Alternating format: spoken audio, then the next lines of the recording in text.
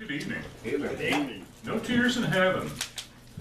Sorrow and tears will all have flown. He picks those songs out really well. Because tonight we're going to talk a little bit about adversity and sorrow and such, but it's kind of on the negative side because we're headed to the positive side for sure. We're going to talk about the providence of God tonight. But yeah, 14 chapters, that's a lot to cover, but I think we'll get through it pretty quickly. It won't be so bad as what it seems like. But I've talked recently about the concept of why people are so down on religion in our times. And once again, coming out, look what some of the older generation faced. Coming from the World War I into the stock market collapse, into the Great Depression, into the Dust Bowl, into World War II. Europe had already suffered through a lot of those things even before and had given up on religion, and that led to a lot of the calamities in the First World War and then things in post-World War I Germany. The Wehrmacht Republic or Weimar Republic, however you want to pronounce it, the terrible things that happened there, they'd given up on religion. They were just looking to have a good time, and it didn't work very well for them. Led to some problems, and that was a great fear that coming out of World War II, because the attitudes that men had coming back from Europe after World War II, from all the terrible things that they saw. Again, there was this split. There's this two different ways of looking at it. Either they thought we need God, and that was Eisenhower. If you've read about Eisenhower, that was Eisenhower's perspective on it. These people turned atheistic. They needed God. We need to fundamentally search for God in our lives to save America. It was Eisenhower who set the tone for creating what's called the National Cathedral. I don't know if you know that. And that thing was just completed, within the last decade? It hasn't been very long since that was done. But that was his goal. Hey, we need to get back to honoring God. It was in his administration that "In God We Trust" became the national motto. Others came back and said it's God's fault, so we don't want anything to do with God. And again, come back to that, what I've talked about before, and I think it was Bing Crosby. You can correct me if I'm wrong with the song. You have to accentuate the positive, eliminate the negative. Don't mess with Mr. In-Between, all right? You take one of those two extremes, and that kind of explains the world that we live in even today, because we've gotten away from God once again for the major part in our nation. But why then do people give up on religion? Well, every major religion deals with suffering. It's a part of the tenets. Buddhism, it's all basically about suffering. Just suffer and don't worry about it. Let go. Judaism.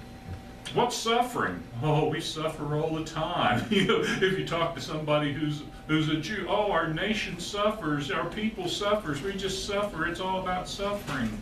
You realize Job who's known for suffering, right? Job may be the oldest book in the Bible.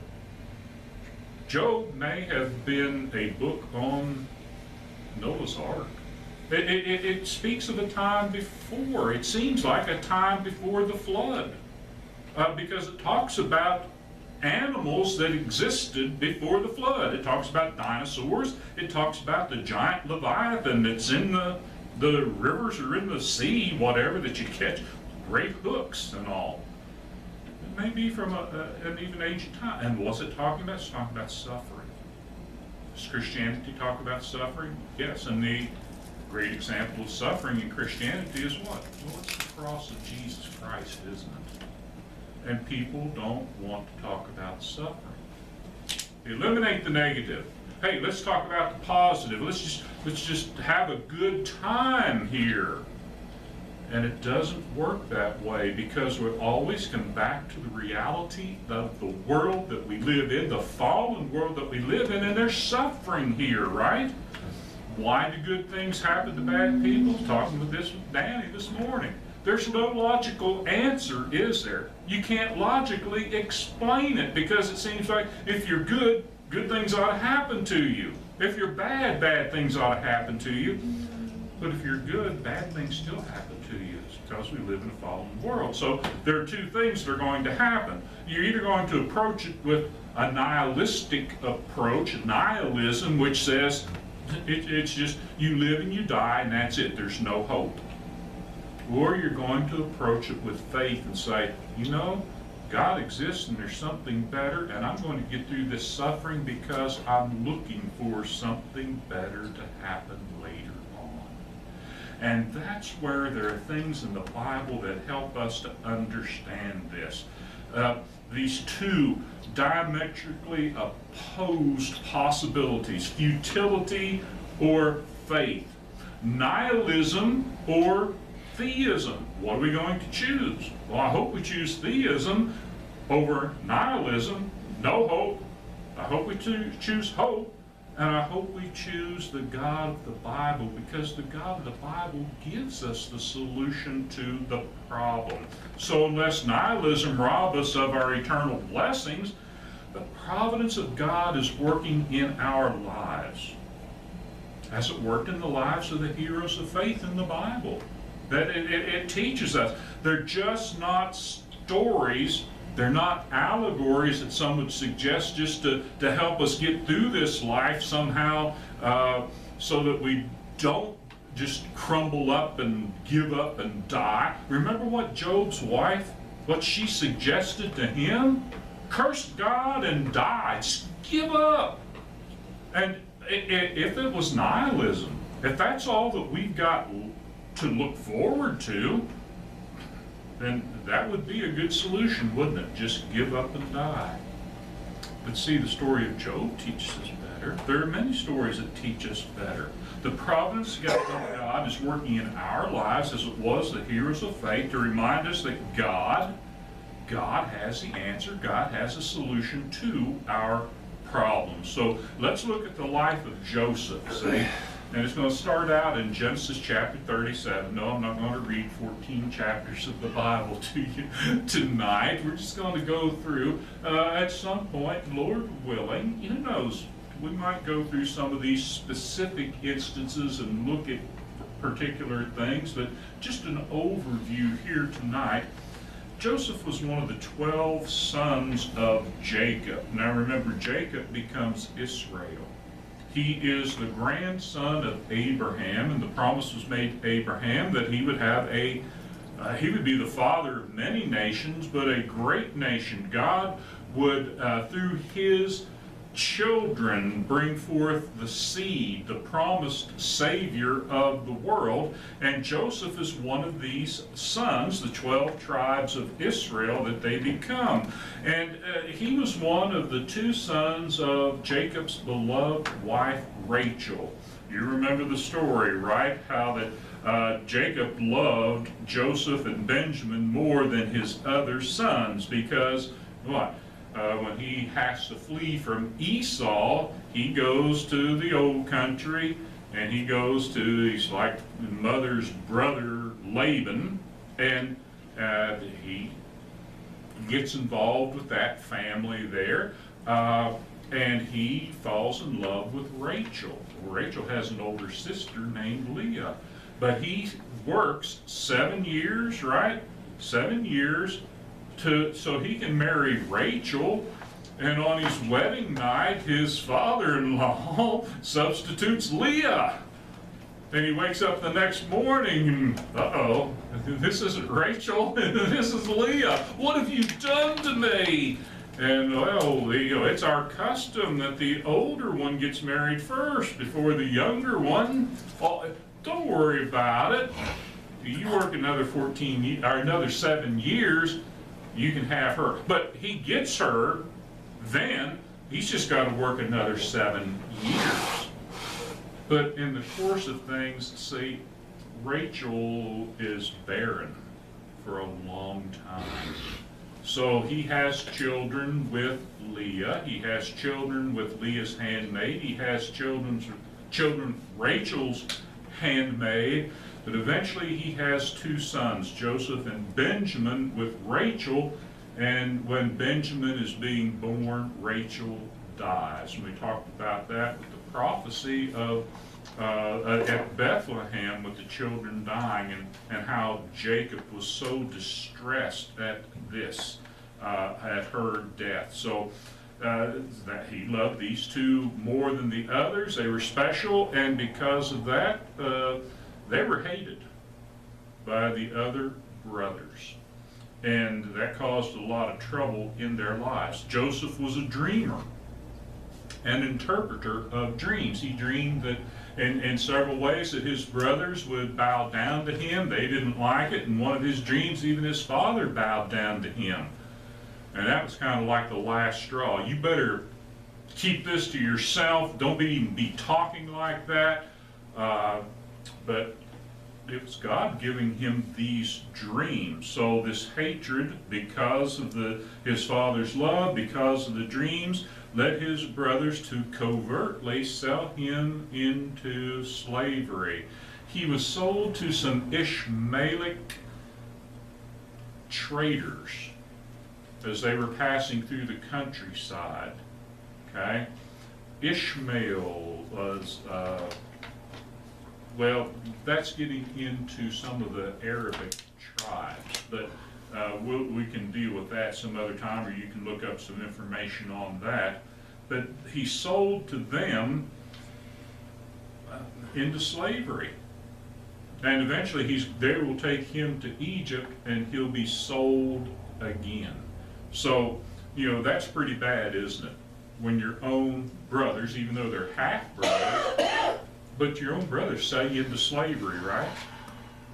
That's bad. But the story gets worse, doesn't it? Is that suffering? Yeah, but the story gets worse. Okay, he becomes a slave in the house of the Egyptian military officer named Potiphar in Genesis chapter 39. 38's kind of skipped over. That gets into Judah, who I believe feels so guilty that he leaves his father's house and tries to make it on his own. But circumstances bring him back to Israel, back to Jacob. So chapter 39, he becomes a slave in the house of Potiphar, and eventually, now he's suffering. He's been sold into slavery. He's a slave, but he behaves himself, and he's an honorable slave. So he works his way up to a position of honor in his master's house. And his master kind of makes him second in command in his house.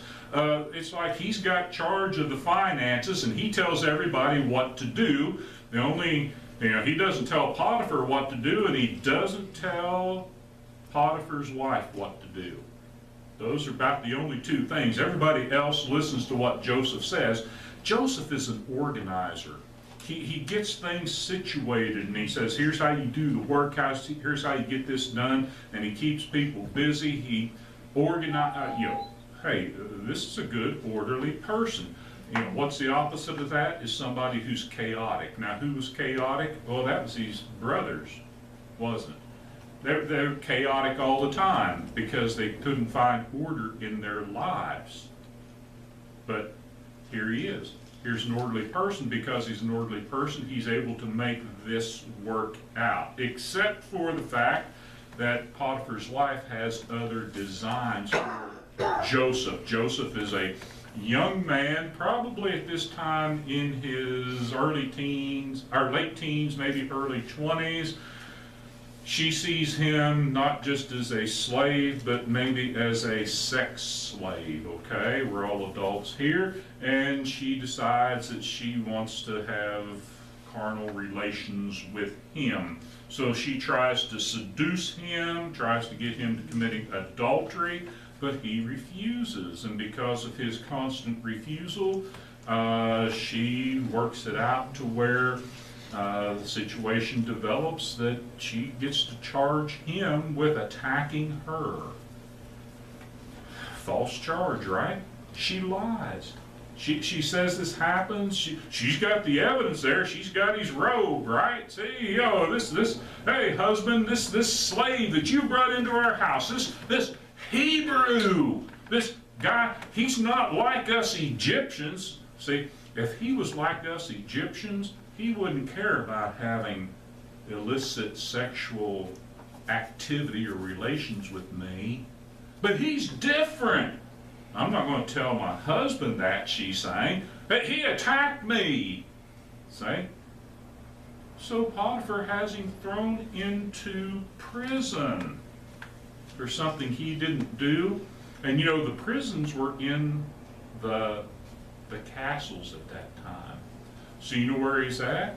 You know where he ends up? Since Potiphar was a military officer, probably like the head of the Secret Service for Pharaoh.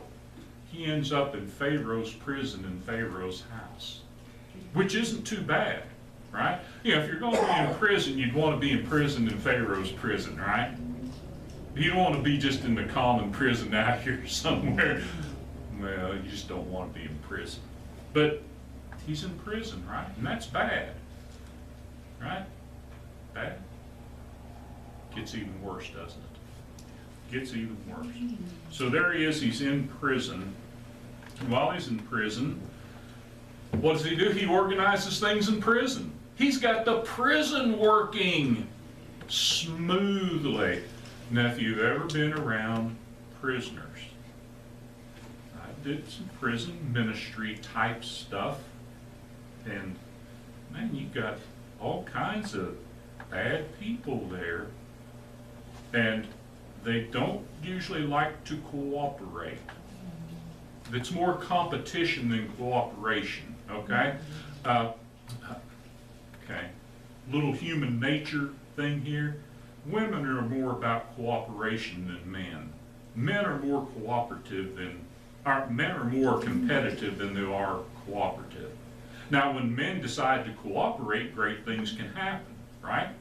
And when women decide to compete, okay, there can be some great things there because you put a combination of the two. So that's why men and women need to go together to form a family unit. You have the competition and the cooperation, and that gets passed down to the generation so that men become men, women become women, right?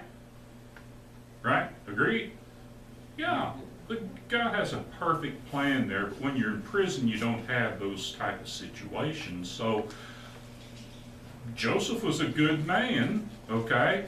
And was he competitive? Well, sure, he was as competitive as anybody, but he also saw the need for cooperation. He saw the need for order there, and he brought order to the prison. And so the chief guards of the prison saw that, and they kind of put him in charge of doing things there within the prison. So he got to meet a lot of different people, assign projects. You know, they just didn't sit around in prison, they worked when they were in prison. So he kind of gave them the task to do. So he does a favor for one man, but really for two. Remember, there's the baker and the butler. Something has happened in Pharaoh's house. Somebody tries to kill Pharaoh, apparently. And it's either the baker or the butler, cupbearer. But butler's probably the better term for it, okay? It's either the baker or the butler, and both of them are in prison and they're waiting trial, but it's hard to tell who's the one. So both of them they're both in prison with Joseph. Both of them have a dream in the same night, you know, and they're talking about it, and no one can interpret the dreams for them, but Joseph interprets the dreams for them. And of course, he tells the baker, you're done for. But he tells the butler, you're going to be restored to your position. But please, please, when you are restored, remember me to Pharaoh. Have Pharaoh hear my case. Not have Pharaoh free me. Just have him hear my case, bring my case to trial. I do is have a fair hearing, right? If nothing else, just give me a fair hearing. All right. So things go just as Joseph has predicted or interpreted from the dreams. The baker is capital punishment. His head comes off. The butler is restored, but what happens? The butler does not remember Joseph.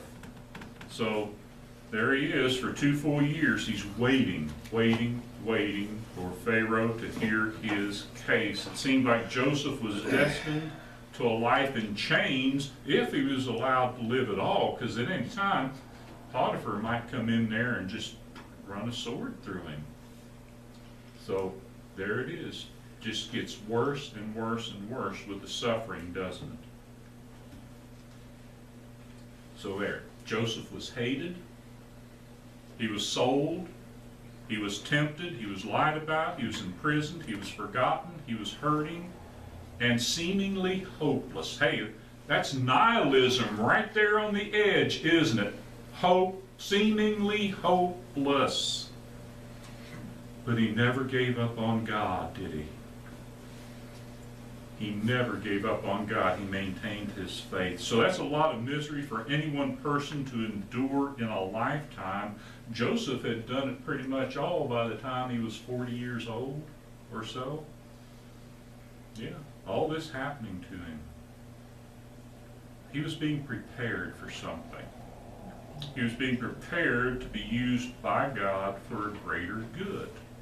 So finally, after all these years of hardship and suffering, Joseph was remembered. Genesis chapter 41, verse 1 through 36. The butler finally remembers. Why? Because Pharaoh has a dream. Well, Pharaoh has 2 dreams, right? Pharaoh has a dream about ears of grain. Most English translations say corn. But they didn't have corn in Egypt. Probably wheat, but ears, stalks of grain, okay? 7 fat ones, or at least plump ones, all right, nice and good. Let me get back here to where I'm at. If I put it in here, I really didn't, but good grain, and then 7 really blighted and worthless grain. And the second dream was 7 plump, nice-looking cows coming up out of the Nile, okay? Followed by 7 very thin and gaunt, ugly-looking cows. Well, the thin the blighted grain ate the plump grain, and the thin, gaunt cows ate the good-looking cows.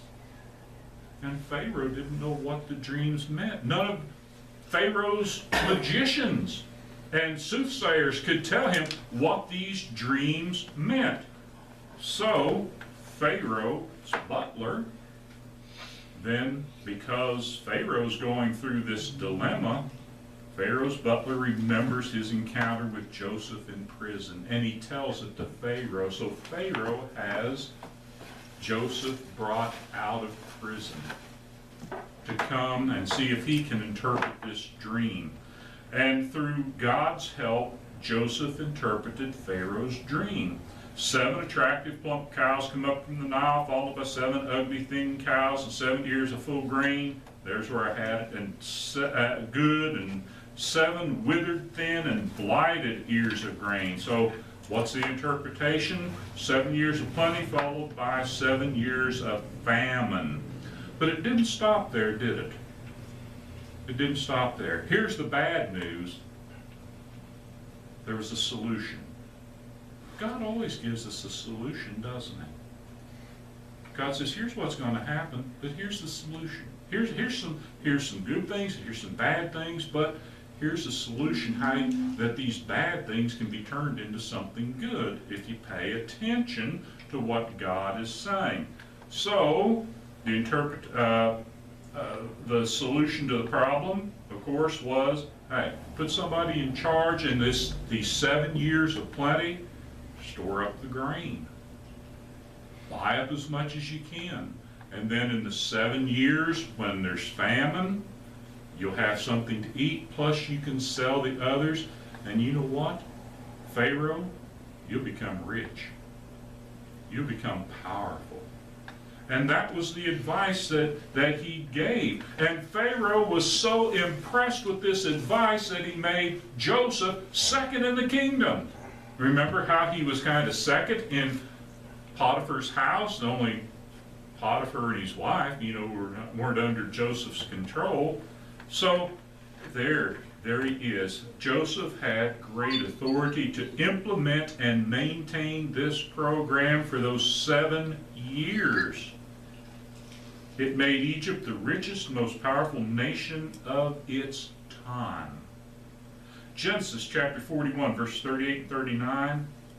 And Pharaoh said to his servants, "Can we find a man like this, in whom is the," catch this, "Spirit of God?" Then Pharaoh said to Joseph, "Since God has shown you all this, there is none so discerning and wise as you are." You know what? After all that suffering, Joseph finally had things going his way, didn't he? Didn't he? And here come them hungry brothers. Them hungry brothers. And the brothers who sold him into slavery. Genesis chapter 42 verses through 44 tell this particular story. God puts those brothers who sold him into slavery right there in Joseph's hands. They don't recognize him because it's been at least 20 years. Like I say, he's about 40 years of age now. Right? It's been 7 years of plenty and 7 years of famine, plus all the time he's been in prison. Okay? They don't recognize, and he looks like an Egyptian too, right? They don't recognize him, but you know what? He recognizes them. So how will Joseph handle this situation? What's he going? Is he going to have them sold into slavery? Is he going to have them terminated for being spies? Because down through this whole path, oh no, you're here to spy out the land. You're here to see the weakness of the land. Yeah. No, we're just hungry. We just come for food. Will he refuse to sell them food? Will he take vengeance on them for all the years of suffering that he had because of their sin against him? So that makes Joseph's eventual remark or response quite remarkable, doesn't it? Look at that. Genesis 45:8. So it was not you who sent me here, but God. He has made me a father to Pharaoh. And understand father in that sense, spiritual father, spiritual leader. Okay? And you can find that also in either Judges 17 or Judges 19, the story of Micah. Okay, so you look at it up later. We'll have a sermon on it, Lord willing, one of these days, where Micah tells a young Levite, because Micah had his son as a priest doing sacrifices and stuff for him, but a Levite comes along and he says, "Hey, you're a Levite, and that's closer to being a priest than what my son is, so you come and you'll be my priest and you'll be a father to me." Now you understand what Jesus was saying when he said, "Call no man on earth Father, because you have one Father, Father in heaven." That's a spiritual father. You understand what I'm saying? But he's saying, what Joseph is saying, I've become this spiritual father figure to Pharaoh. He listens to me because he knows the Spirit of God is with me.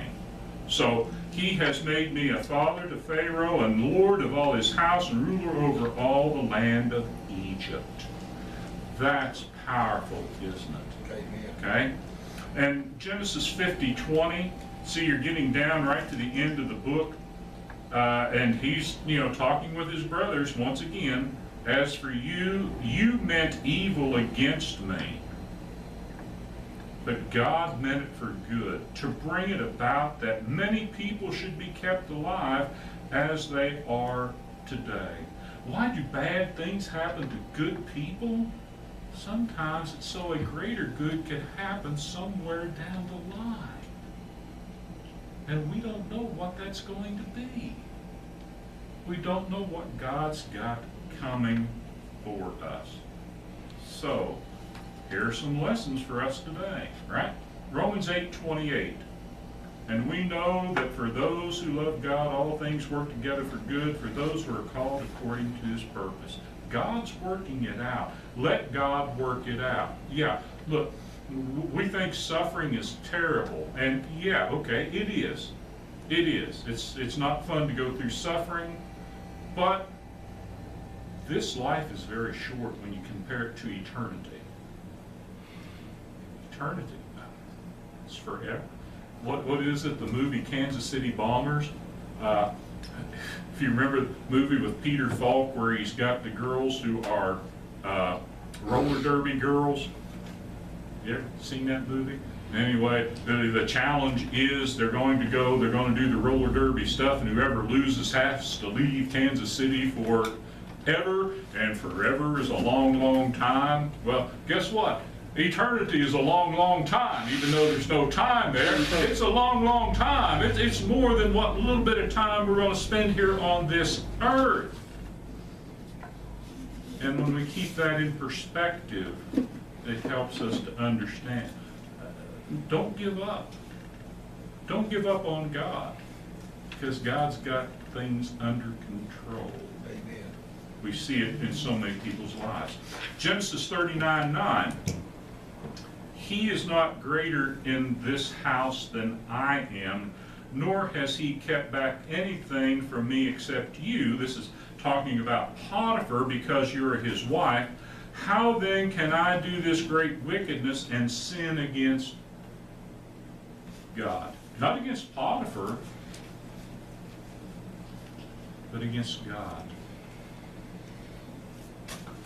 Yeah, when we sin against people, but in the ultimate reality of it, we sin against God because we're transgressing God's word. So we've got to be careful.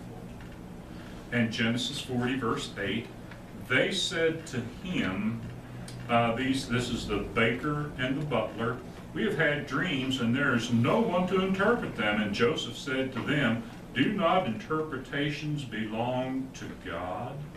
Please tell them to me. But their interpretations belong to God. But what's the answer to suffering? Why do bad things happen to good people? God knows. God knows, and that ought to be good enough for us. Amen. And that's hard, but that's the case. So, God's able to take the unpleasant, even tragic events of life and turn them into good for his faithful children. And that's important to remember, for the faithful children. Because what's the opposite of faith? The theism is the nihilism, to just give up and say, there's no hope, it's useless, there's nothing going to be good. Ephesians 3:20, now to him who is able to do far more abundantly than all that we ask or think, according to the power at work within us. We can't even imagine what God can do. But what's he doing through our lives? What's he doing through our suffering? It's going to bring ultimately good somewhere along the line. Proverbs 3:5-6, Trust in the Lord with all your heart and lean not on your own understanding. Acknowledge him in all your ways, and he will make straight your paths. Not crooked. Not crooked. What does Peter say in the sermon at the end of Pentecost? Save yourselves from this crooked generation. God will make your paths straight. This fallen world makes them crooked. No understanding in it. God will make them straight.